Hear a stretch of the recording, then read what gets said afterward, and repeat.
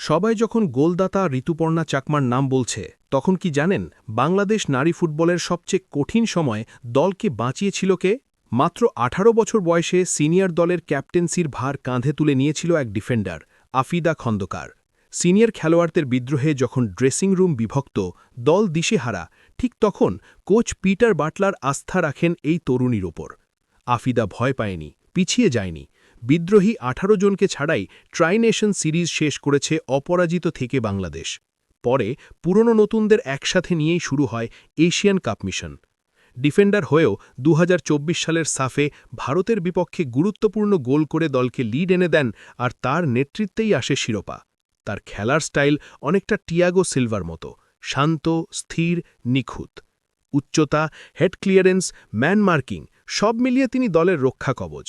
কিন্তু সবচেয়ে বড় বিষয়, এত কম বয়সে তার ম্যাচুরিটি, মাঠে পারফরম্যান্স, মাঠের বাইরে পরিণত নেতৃত্ব। মাত্র ১৯ বছর বয়সে এশিয়ার মঞ্চে লাল সবুজকে নেতৃত্ব দিচ্ছেন আফিদা খন্দকার। প্রমাণ করে দিয়েছেন স্ট্রাইকাররা গোল করে, কিন্তু ইতিহাস লেখে ক্যাপ্টেনরা।